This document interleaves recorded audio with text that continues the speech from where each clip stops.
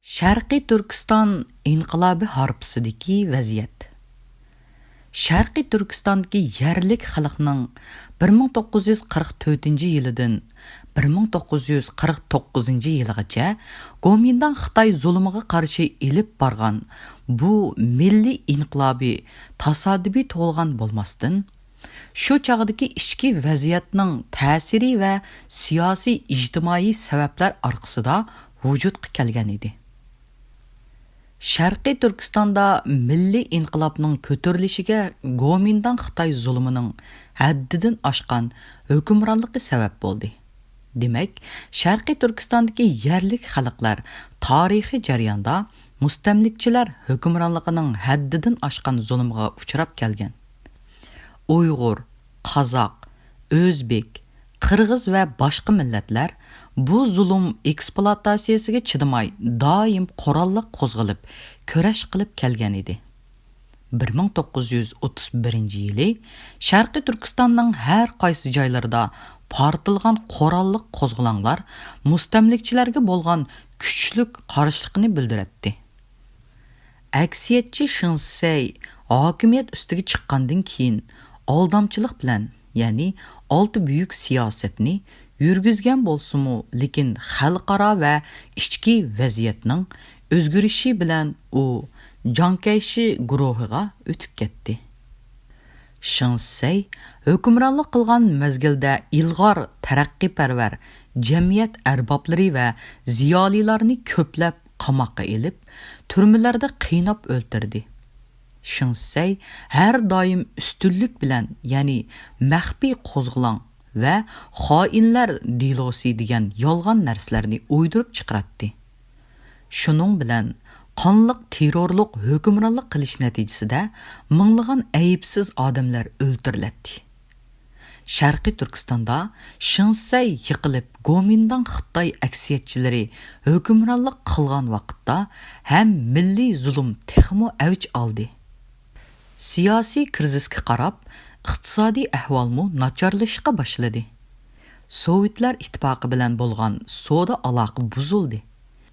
Sharqiy Turkistonning dehqonchilik va chorvachilik mahsulotlari muhim bozordan mahrum qilindi. Sanoat mollari kamaydi. Savdo oborti to'xtadi. Dehqonchilik, chorvachilik va sanoat mollarining bahosi o'rtasida cho'ng farqlar yuz berdi. Bunun natijasida bir bölük savdogarlar vayron bo'ldi. Ammo bir turkum amaldorlar o'zlarining huquqlaridan foydalanib, butun bozorni monopoliya qilib boy bo'lishdi. 1944-yili mal bahosi 4,5 hassa o'rildi. Savdo sanoatchilar ichida ishsizlik ko'paydi. Xalq turmushi intayin nachar ahvolga tushib qoldi. Askarlarni ko'paytirishga uning beqish chiqimlari ko'paydi. Masalan, 1943-yili Gominda aksiyatchilarining soni 20 ming bo'lgan bo'lsa, keyin uning soni 100 mingga yetkazildi. Shuning bilan hukumat boj va soliqlarni doim ko'paytib, xalqning ahvolini og'irlashtirdi. Mustamlikka zulmning cho'nqurlashishi, iqtisodiy ahvolning kundan kunga nacharlashishi orqasida haddidan oshgan ekspluatatsiya intayin og'irlashdi. Bundaq vaziyatda xalq qo'zg'alib, bosqinchilarga qarshi kurash qilmay mumkin emas edi. Ikkinchi, Sharqiy Turkistondagi yerlik xalqlarning Gomindan Xitoy hukmronligining zulmiga qarshi kurashining kuchayishi. Sharqiy Turkistonda yuz bergan milliy ozodlik inqilob ezilgan har millat xalqining birlik ittifoqligida ilib borgan uzun yillik ko'rishining yig'indisi bo'ldi. Eli, Tarbag'atay, Oltay va Toshqo'rg'on atroflarida xeyli burunla bosqinchilarning zulmiga qarshi qurolli kurash boshlandi. 1940-yili Shinsey tog'liq rayonda yashayotgan xalqning qarishligidan qo'rqib, qurollarni yig'ib olish buyrug'i e'lon qildi. Ammo ko'pchilik xalq qurol topshirishni rad qildi. Shinsey shu yili fevral oyida atalmish, ya'ni Qoral Yaroq aniqlash komitetini chorvachilik rayonlaridagi xalqning qorallarini zo'rliq bilan yig'ib olishga avatdi. Bu ahvol chorvachilarning noroziligini qo'zg'adi. Ko'kto'qay nahiyasidagi chorvachilar soqchi idora boshlig'i va ya'ni qoral aniqlash xodimlarini o'ldirib, 400 dak odam Ko'kto'qay nahiya bozoriga hujum qildi. Shuningdek, Chingil nahiyasidagi chorvachilar ham keng ko'lamda qoralliq qo'zg'alon boshladi. Hukumat ko'p chiriklarni avatib, bostirish ilib borgan bo'lsa-mu, ularni hammasini yo'q qilolmadi. Ular partizanlik harakat qilg'achqa, hukumatning plani ishga oshmagan. 1943-yili aprelda Xitoy armiyasi uchun 10 ming tuyoq ot seliqi g'azablanib turgan xalqni hukumatga qarshi harakat qilishga tortdi. 6 oydagi chorvachilar qo'zg'olon ko'tarib Chingil nahiyasini ishg'ol qildi. Xalq Dalilxon So'g'irboyevining atrofiga to'plashib partizan atritini tashkil qildi. Shundaqla Sharqiy Turkistonning janubiy, ya'ni Toshqo'rg'on rayonlaridami qoralliq kurash boshlandi. Isoqbek boshchiligida partizan atriti harakatlanmoqda edi. Sharqiy Turkistonning hamma joylarida ezilgan xalqning qoralliq ko'tarilishi bu Xitoy bosqinchilari zulmiga qarshi ko'tarilgan dastlabki qarshilik edi. Bu qoralliq qarshilik Shinseydan keyingi hukmron Gomindang hukumatiga qaratildi. Gomindang hukmronlik qilgan sharoitda milliy zulm, milliy kamsitish, iqtisodiy vayronchilik, madaniy ma'rifning nacharlashishi, davlat terrorligi, mana bularning hammasi siyosiy jihatda Uyg'ur va boshqa millatlarning insoniy huquqlarining dafsanda qilinganligi bo'lib hisoblanadi. G'azab nafrati chekiga yetgan Sharqiy Turkiston xalqi Gomindang hukumatiga qarshi kurash qilish va uni og'dirib tashlash uchun barliq xalq birlik, ittifoqlik irodasini texmo changitdi. 3. Nilqining ozod qilinishi. 1944-yili avgust oyida Nilqining g'arbiy tarafidagi Ulastayda Xitoy mustamlikchilarining zulmiga qarshi qurolliq qo'zg'olon ko'tarildi. G'ani Batur, Fatih Batur, Akbar Sid, Rafiq, Hoshur, Nur, Hamid va Osman Baturlar yetakchiligida 3 partizan atratlari tashkil qilindi. Ular Ulastay tog' rayonini markaz bazo qilib, Jarto'g'an, Ko'kbay, Jolinqul qatorliq joylarda Gomindang hukumatiga qarshi tashviq targ'ibot ishlarini elib borgan. Har millat xalqlaridan partizan atritiga fidoyilarni qabul qilib, oz vaqt ichida partizanlarning soni 600 dan eshib ketgan. 1944-yili 6-oktyabr kuni tong saharda partizanlar janub, shimol va g'arb 3 tarafdan Nilqi nahiya bozorini qurishib oldi.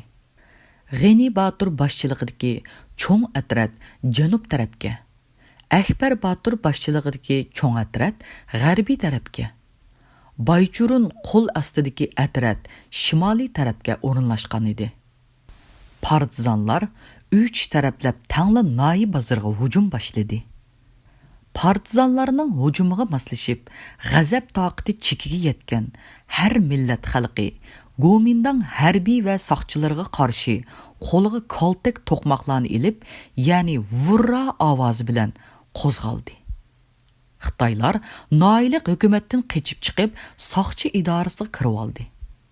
Soqchi idorasining temiy va mustahkam istikomi bo'lganligi uchun jang bir kech-kunduz davomlashdi. Oxiri partizanlar soqchi idorasining temini portlatayotgandan keyinla hujum xeyli o'ngishliq bo'ldi. 7 noyabr kuni 200 dak gomindangchilar taslim bo'lib, oq bayroq chiqardi. Shuning bilan Nilqi nahiyasi partizanlar tarafidan ozod qilindi. Bu shiddatlik jangda partizan atritining rahbarlaridan biri bo'lgan Hamid Batur eg'ir yordar bo'lgan edi. keyin qurban bo'ldi. Nilqi partizanlarının obro'yi nihoyatda tez ko'tarilib ketdi.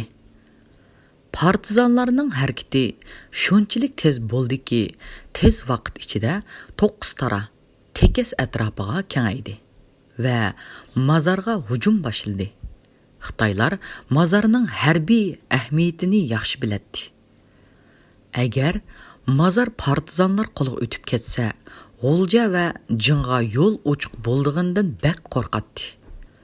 Şoňa bir tarafdan Manas mudofiasini kuchlantirishga harakat qilgan bo'lsa, yana bir tarafdan Nilqiga hujum qilib, uni partizanlardan qaytirib olmoqchi bo'lishdi.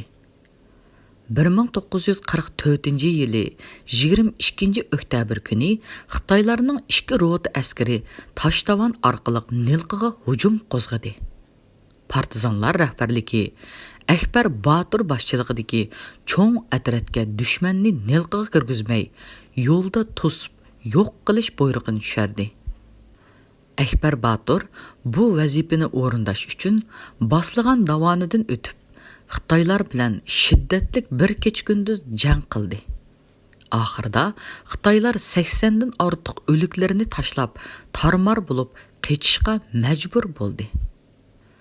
Nilqida ko'tarilgan yerlik xalqning qurolliq inqilobi ko'rishini bosqinchilar 6 o'g'rining qo'zg'alini deb kamsitib, haqoratlab xalqni oldirmoqchi bo'lgan bo'lsa-mu, lekin Nilqi nahiyasidagi qurolliq kurashning natijasi ularning aldamchilik planini tarmar qilavetdi. Sharqiy Turkistondagi ezilgan xalqlarning Xitoy bosqinchiligiga qarshi milliy ozodlik inqilobi bargan siri kengaydi. Xalq og'zida doston bo'lib ketgan G'ani Batur, Fatih Batur, Akbar Batur, Osman, Nur va O'shur Baturlar Sharqiy Turkistonning ozodligi uchun o'z jinini aymay Xitoy bosqinchilariga qarshi birinchilardan bo'lib qo'zg'alon ko'tardi. Bular Nilqa, G'o'lja va boshqa muhim joylarni hujum bilan elishda tarixda unutilmaydigan baturlik ko'rsatdi. 4. G'o'lja shahrining ozod qilinishi va Sharqiy Turkiston Jumhuriyatining qurilishi. Nilqida ko'tarilgan milliy ozodlik inqilob Xitoy mustamlikchilarining diqqatini tog'liq rayonlarga jalb qilib turganligi uchun Gomindangchilar G'o'lja shahridagi qurolliq qo'zg'alon harakatini kontrol qila olmaydi. Bu inqilobchilar uchun cho'ng fursat edi. Shuning uchun G'o'lja shahridagi ozodlik tashkiloti G'o'ljada qurolliq qo'zg'alon uyushtirish bilan birga Nilqi tog'larida jang qilayotgan partizanlarni tez orada yetib kelib, G'o'lja shahrini ozod qilish janglariga qatnashishga buyurdi.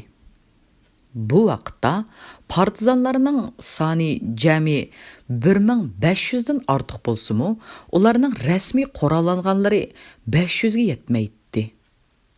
Qurol, o'q dorilar yetishmaydi.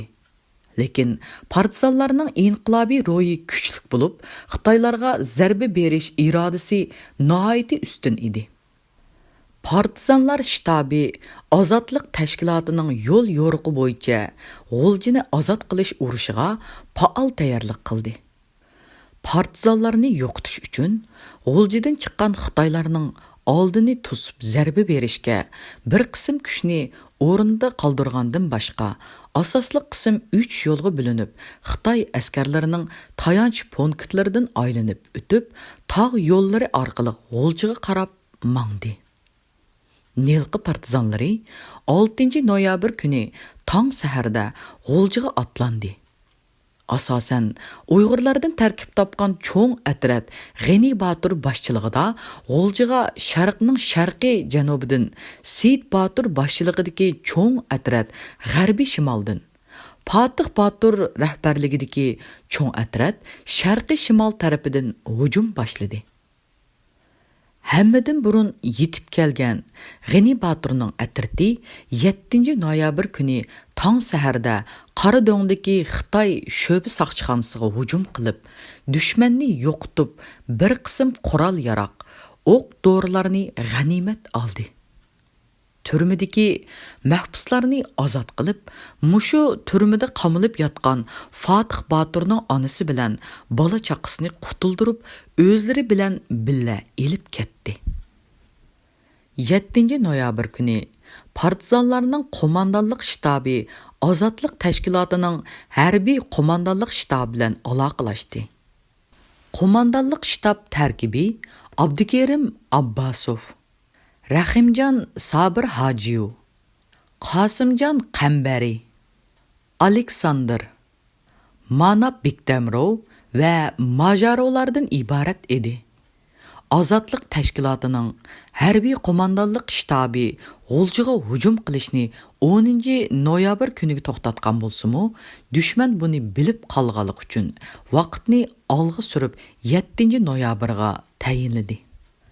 G'uljida qurolliq qo'zg'olon ko'tarilishi bilan tangla Turpan yuzi yezisida o'rinlashgan partizanlarning G'uljiga hujum qilish qaror qilindi.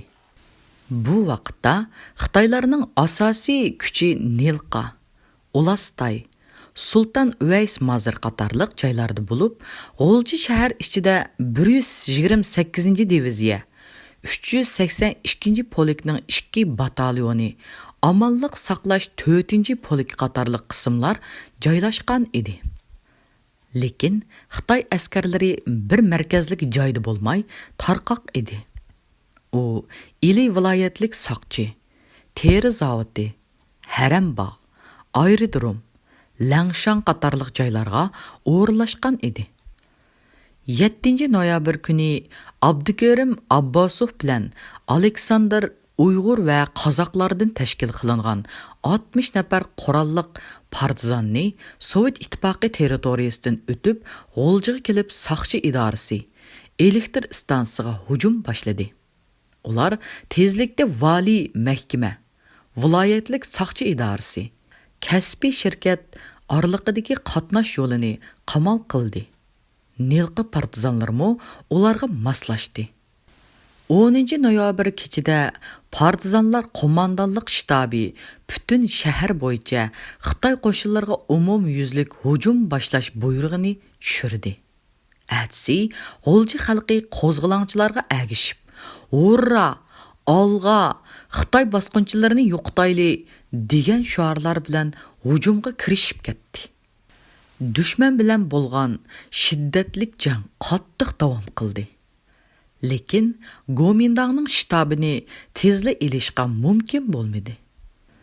G'ani Batur, Fatih Batur, Sid, Osman, Nur Baturlar yetakchiligidagi Nilqa partizanlari shahar xalqi bilan birlikda Gomindangning bosh shtabi qorosining ichiga 3 tarafdan besib kirib, shtabni ishg'ol qildi. Bu urushda Sid Batur qahramonlarcha qurbon bo'ldi. Bu jangdan keyin Xitoylarning ruhi tushib, ular cho'ng tashvish ichida qoldi. Bu jang inqilobchilarning birinchi qitimliq cho'ng g'alabasi edi. Amdi qo'zg'olonchilar elektr stansiyasi va davlat bankasiga hujum boshladi. Ular elektr stansiyasiga 3 tarafdan hujum qildi. G'ani Batur boshchiligidagi qo'zg'olonchilar to'g'ri ko'rik gimnaziya tarafidan hujum qildi. Jang qattiq avj oldi. G'ani Batur jangchilarni boshlab, "Hurra! Olg'a!"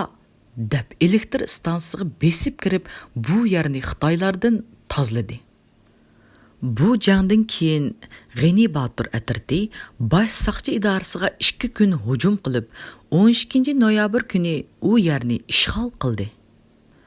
Jang bo'layotganda bosh soqchi idorasining boshlig'i Gavvey turmada yotganlarni o'ldirib, o'zi ko'raga qochib ketgan edi. Soqchi idorasi ishg'ol qilinganda Xitoy jallodlari texi o'ldirib etishga ulgurmagan 300 dan ortiq kishini ozod qildi. Shuning bilan G'ulji shahar ichida Xitoylarning asosiy kuchi yo'q qilinib, ularning harbiy tayanch punktlari inqilobchilar qo'liga o'tdi. Ularning qoldiq kuchlari Harambog', aerodrom, aviatsiya ta'lim-tarbiya atirdi, Langshan qatorliq joylarga tiqilib qolgan edi. 12 noyabr kuni G'ulji shahridagi Uyg'ur, Qozoq, Qirg'iz UQQ klubida tantanalik cho'ng yig'in ochilib, Sharqiy Turkiston Jumhuriyati hukumatining qurilganligi jakarlandi. Hökumət tərkibi və həyətlər namzatlari 8 noyabr kuni Azadlıq Təşkilatı rəhbərlik komiteti yığınında müzakirə qılınıb, qararlaşdırılğan idi. Qararğa asasən Sharqiy Turkiston Cumhuriyeti hökumətində içki işlər, təftiş, maliyə, maarif, səhiyyə, dini işlər, hərbi nazaretləri, ali sud, təminat idarəsi, transport idarələri təsis qılındı. Hökumət əzaları Əlixan Törə, Hakimbek Xoca, Abdukerim Abbas, Rəhimcan Sabir Hacı, Abul Xayri Törə və Muskalyo qatarlıq kişilərdən tərkib tapdı. Əlixan Törə Sharqiy Turkiston Cumhuriyeti hökumətinin rəisi. Hakimbek Xoca muavin rəis qılıb təyinləngan idi. Sharqiy Turkiston Cumhuriyetining davlat bayrog'i tegi yeshil, o'ttirsiga yerim oy va yulduz shakli tushirilgan deb qaror qilindi. Azad Sharqiy Turkiston gezitining 1944-yili 13-14 dekabr va 1945-yili 14 yanvar sonlarida Sharqiy Turkiston Cumhuriyetining 9 moddalik siyosiy programmasi e'lon qilindi. Programmada 1. Sharqiy Turkiston tuprog'ida Xitoy istilasini yo'q qilish. 2. Sharqiy Turkiston tuprog'ida yashayotgan har millat xalqlarining barobarlikka asoslanib, haqiqiy ozoda, mustaqil jumhuriyat qurish. 3. Muntazam milliy armiya qurish. 4. Diniy e'tiqodda hurmat qilish. 5.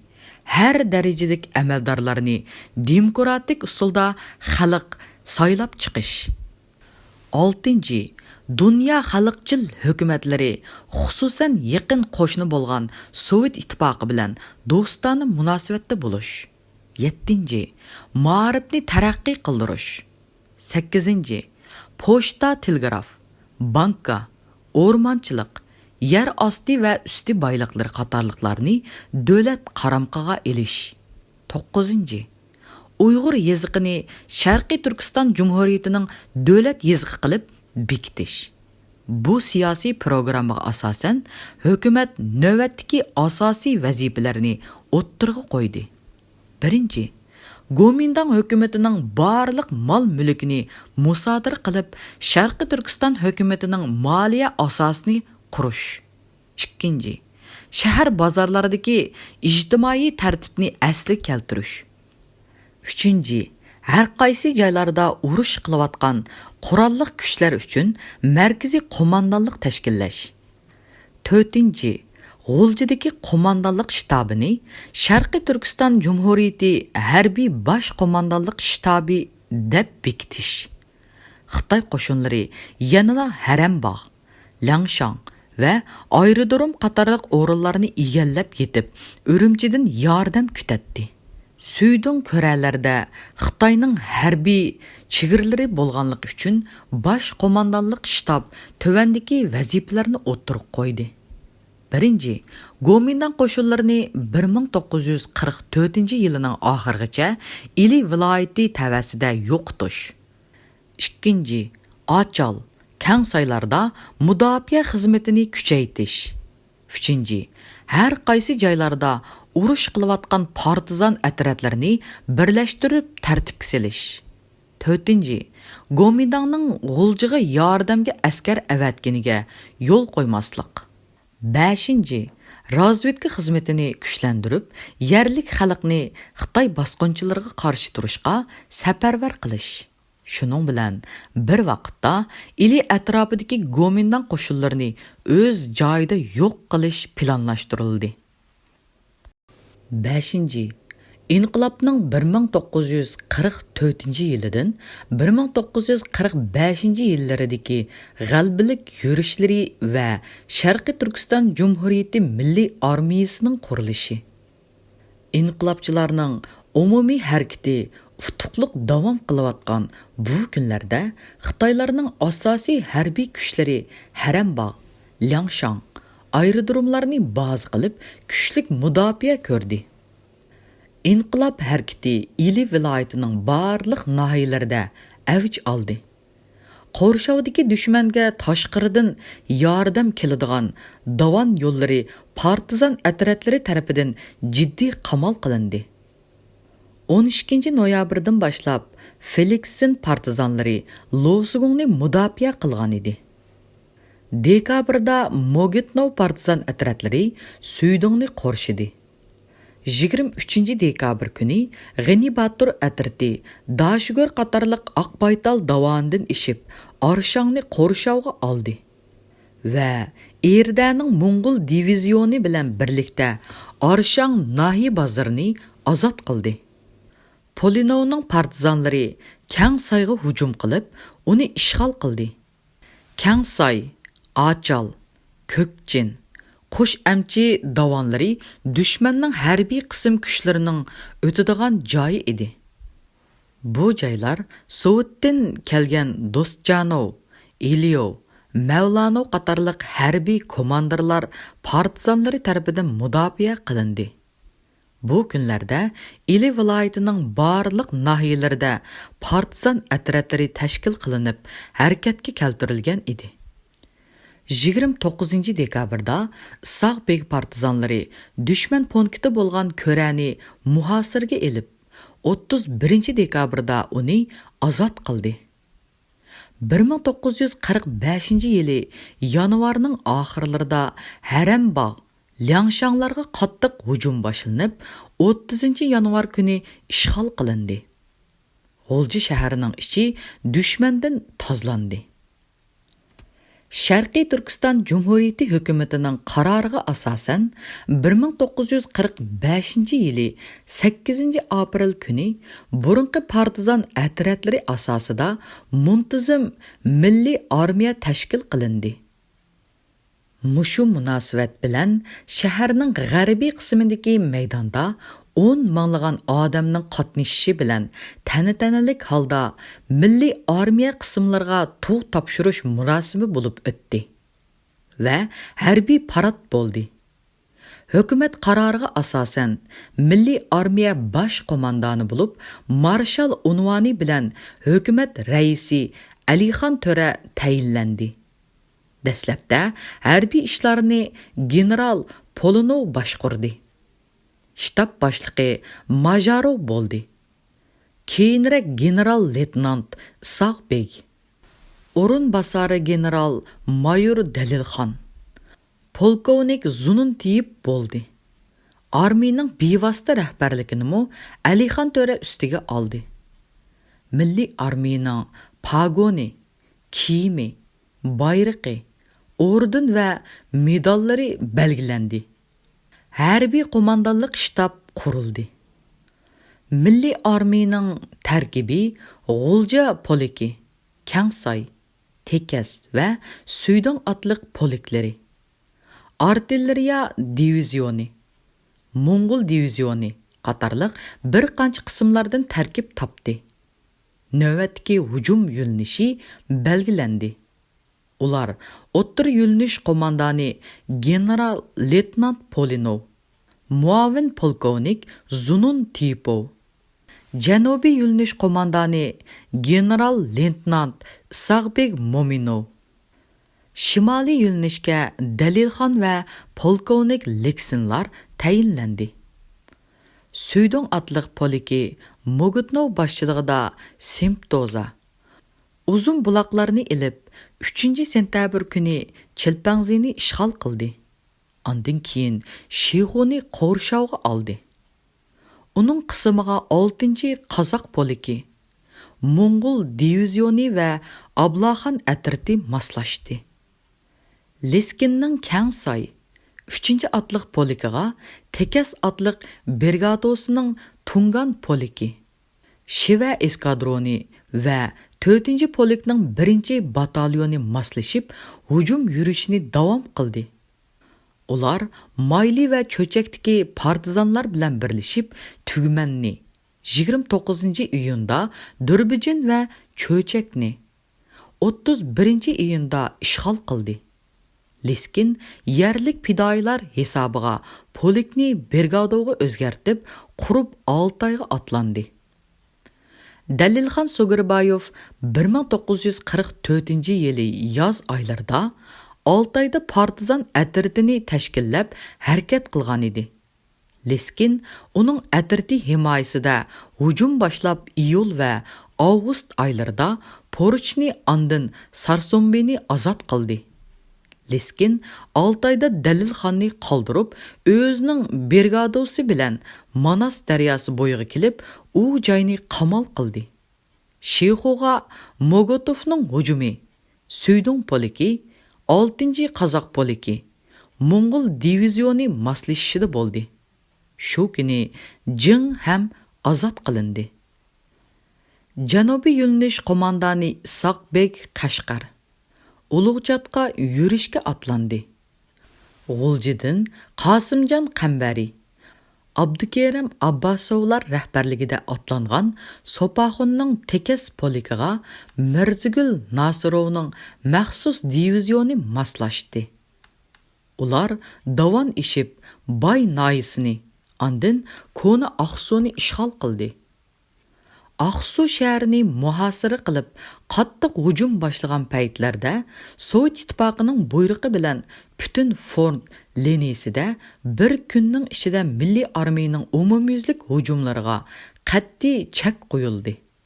Bu harakat Stalinning Sharqiy Turkiston xalqiga nisbatan qilgan cho'ng xoinligi edi. Sharqiy Turkiston Cumhuriyetining milliy armiyasi zamonaviy saviyalik muntizim armiya edi.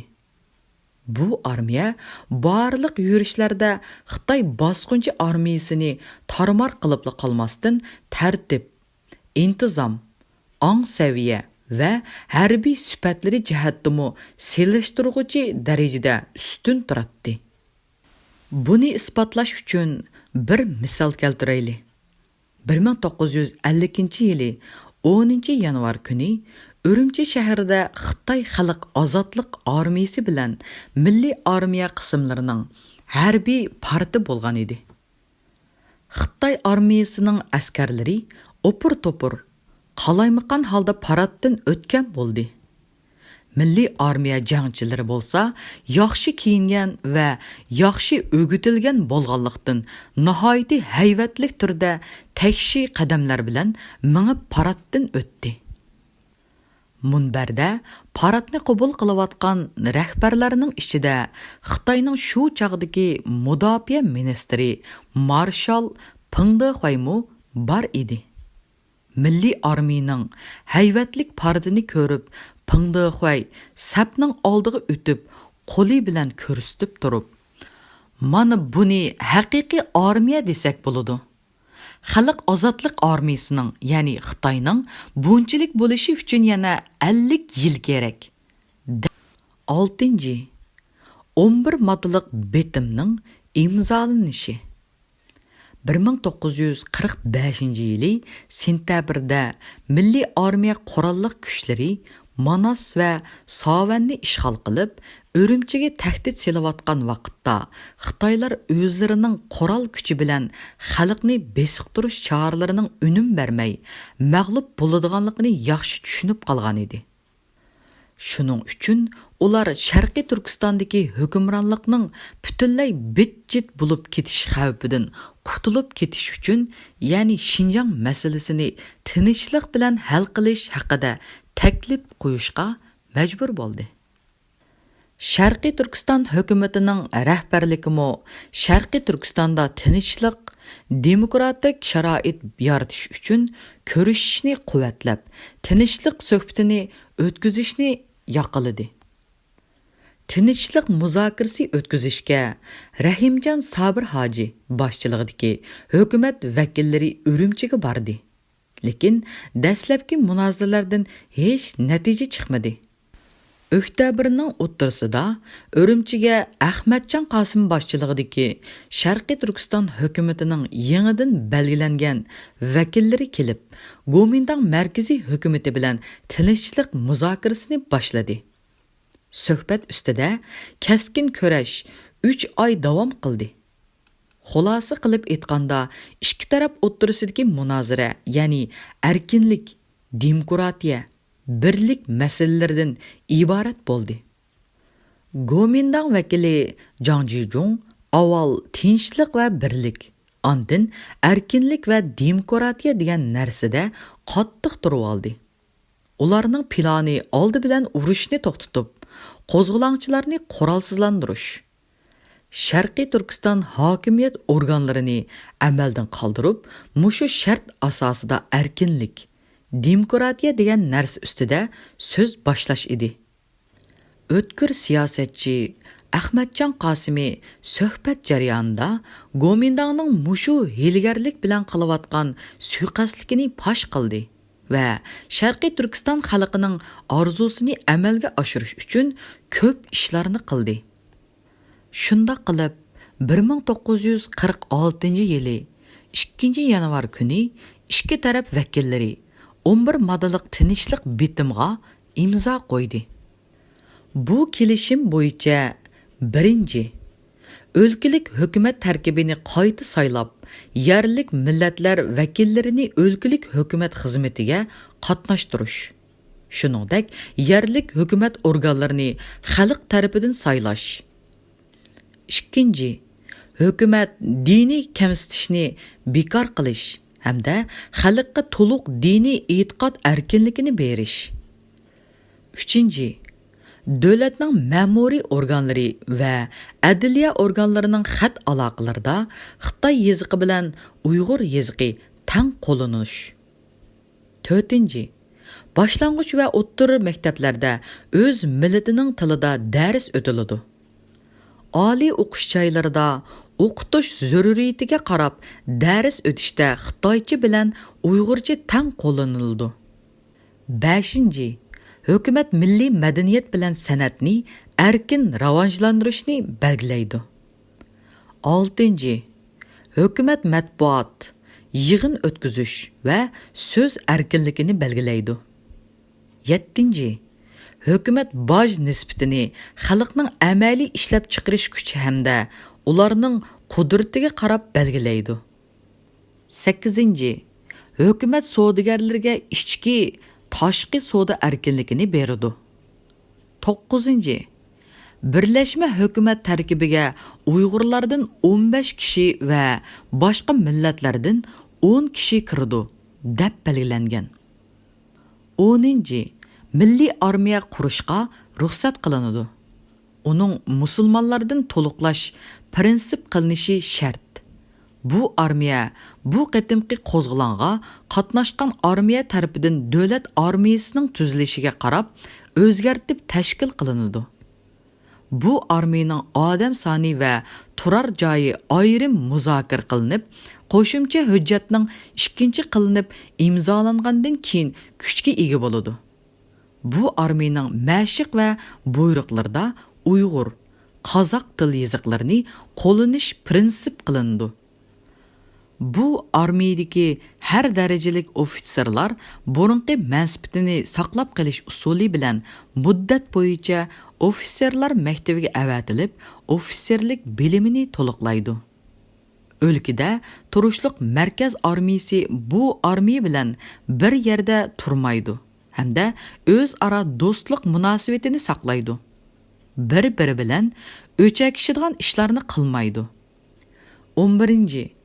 Vaqa yuz bergandan tartib, hozirgacha ikki taraf qo'liga olgan zotlar vaqa hal qilingandan keyingi 10 kun ichida qo'yib beriladi va ularning buningdan keyin har qanday bahon sabablar bilan kamsitilmasligiga kapolatlik qilinadi. Tinchlik kelishimi bo'yicha 1946-yili 18 iyul kuni o'lkalik hukumatning tashkiliy rahbarligi o'zgartirilib, birlashgan hukumat qurildi. Rais Jang Jejong bo'ldi va Sharqiy Turkiston hukumatining vakili Ahmadjon Qosimi va Burhan Shehiddilar o'lkalik hukumatning muavin raisi. Abdukarim Abbasov o'lkalik hukumat bosh kotibining muavini bo'ldi.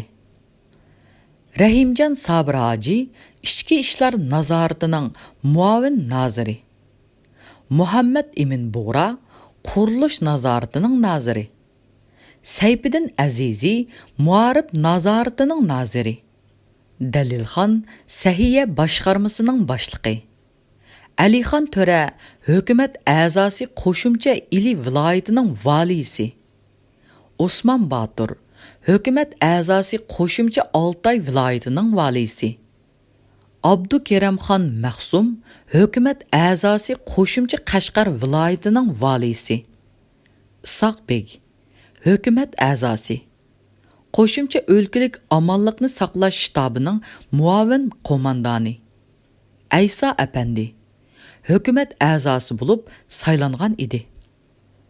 Sharqiy Turkiston hukumati tarafidan belgilangan vakillar bilan Xitoy taraf vakillari o'ttirsidagi 11 moddalik bitim imzolangandan keyin Harambog', Jing, Shixu, Altay, cho'chaklarda asirga tushgan bir qancha ming Gomindang askarlari, shuning ichida generallar, polkovniklar, o'ttira va kichik ofitserlar Xitoy hukumatiga qaytarildi.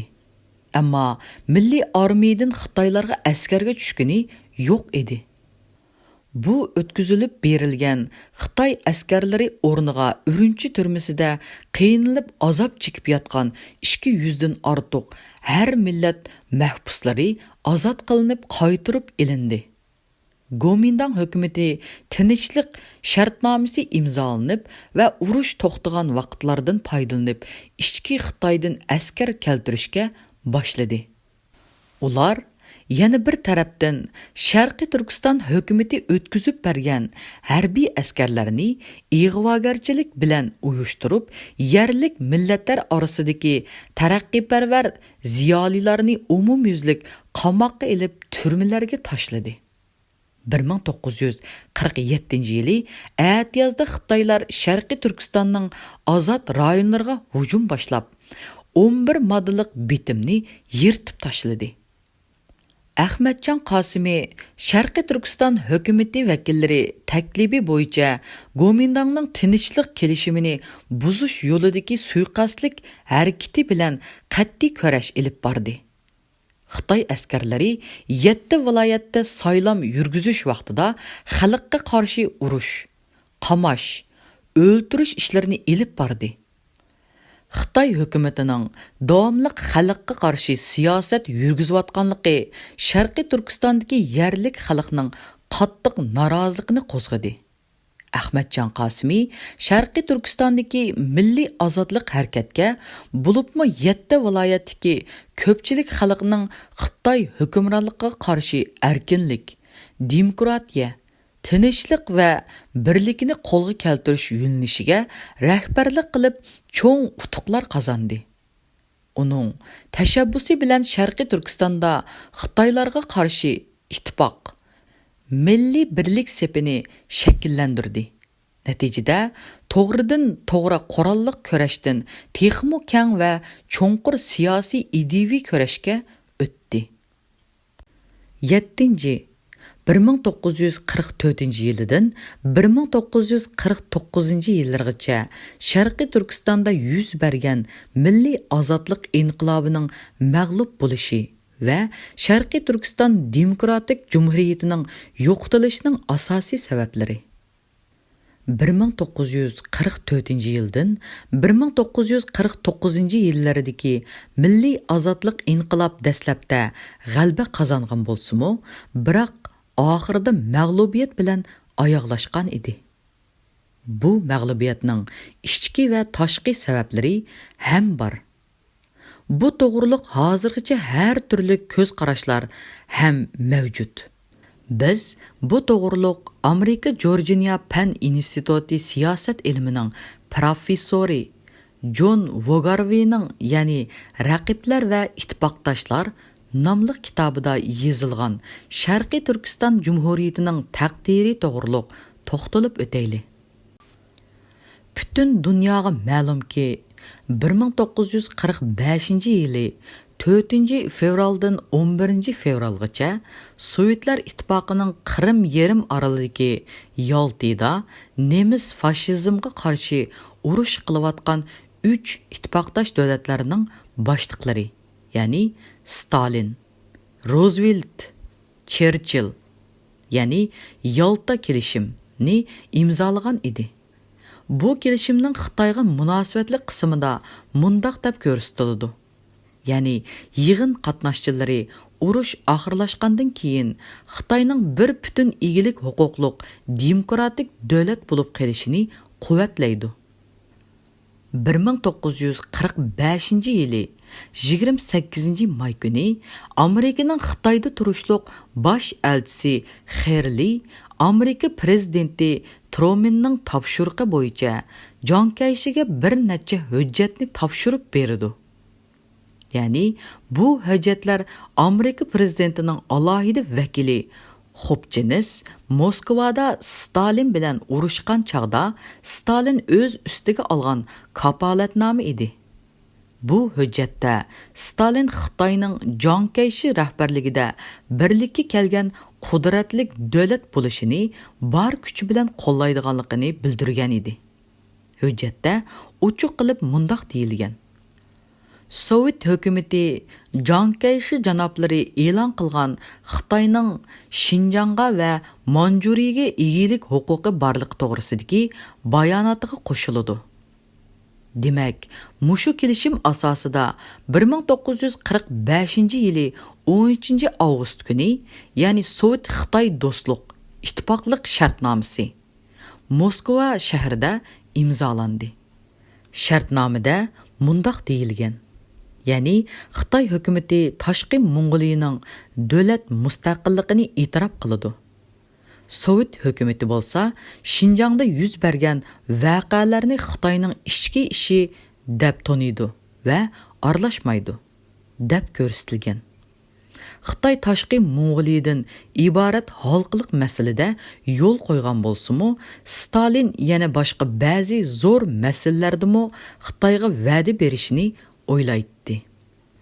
Xitoy vakili Sung Zivin Stalindan, ya'ni Sovet ittifoqi Xinjiangdagi isyonni bostirishga qandoq yordam qiladi deb so'raganda, Stalin taklif berib, ya'ni Sovet Qizil armiyasini Xinjiangga kirgizsak bo'ladi deb javob bergan. Bizga aniq bo'ldiki, Sharqiy Turkiston xalqining milliy ozodlik inqilobi natijasida qurilgan Sharqiy Turkiston Demokratik Jumhuriyati Stalin boshliq Sovet va Xitoy imperialistlarining manfaatlari uchun yo'q qilindi. Xulos qilib aytganda, Sharqiy Turkiston Jumhuriyatiga Xitoy va Sovet hukumatining munosabati tuvandikicha bo'lgan. Sovet va Xitoy imperialistlari o'zaro kelishib, Sharqiy Turkiston hukumatini tizginlab turib, 11 moddalik bitimni o'ydirib chiqarib, uni Sharqiy Turkiston hukumatiga tangdi. Bu bitim Gomindangchi Xitoylar uchun bek qulaylik bo'lib, vaqtni futish, ichkari Xitoydan ko'plab askar yo'tkash, Urumchiga milliy armiyani har qanday usullar bilan kirgizmaslik, paydaliq ma'lum sharoit tug'ilganda milliy inqilobni qonga bo'yab besish bo'ldi. Mao Zedong boshliq Xitoy kommunistlari Sharqiy Turkiston inqilobini, ya'ni Xitoy inqilobining bir qismi deb hisoblagan bo'lsa-mu, ammo uning mustaqil milliy ozodlik inqilob sifatida qad ko'tarib turganligini e'tirof qilmadi. Ham Sharqiy Turkiston Jumhuriyatining mustaqil hayot ko'chirishiga qarshi turdi. Moskva Beyjing birlashgan holda Sharqiy Turkiston Jumhuriyatining Ahmadjon Qosimi boshliq rahbarlarini jismoniy jihatda yo'q qilib, mustaqil Sharqiy Turkiston demokratik davlatini og'dirib tashladi. Aziz Sharqiy Turkiston zaminini kommunistik Xitoyga qo'shdi. Shunda qilib, bu ikki cho'ng imperiya Sharqiy Turkiston xalqining o'z taqdirini o'zi hal qilishiga yo'l qo'ymadi. Markaziy Osiyodagi o'z manfaatini ko'zlagan Sovet imperiyasining Sharqiy Turkiston xalqiga va uning qonunliq Sharqiy Turkiston Jumhuriyatiga munosabat tutgan siyosiy Rus podshoh hukumatining tashqi siyosatiga o'xshash degidek bo'ldi. Ma'lumki, 1871-yili Rus podshoh hukumati G'ulja shahriga askar kirgizib, mustaqil Ili Uyg'ur sultonligini yo'qotdi. Uning zaminini besib olib, xalqaroliq jandarma rolini o'ynagan 10 yildan keyin, ya'ni 1881-yili bu yerni tajovuzchi Rus podshoh hukumati Xitoy bosqinchilariga qaytarib berib etgan edi. 1944-yili o'z manfaati uchun Sharqiy Turkiston xalqining Gomindangchi Xitoy bosqinchilariga qarshi qo'zg'ilishiga da'vat qildi va har taraflama yordam berdi. Ammo Sovet hukumati bu yerda mustaqil Uyg'ur davlatining qurilishini xohlamadi. 1949-yili mustaqil qonunliq Sharq Turkiston Jumhuriyatini Xitoy kommunistlarining besib olishiga yordam qildi.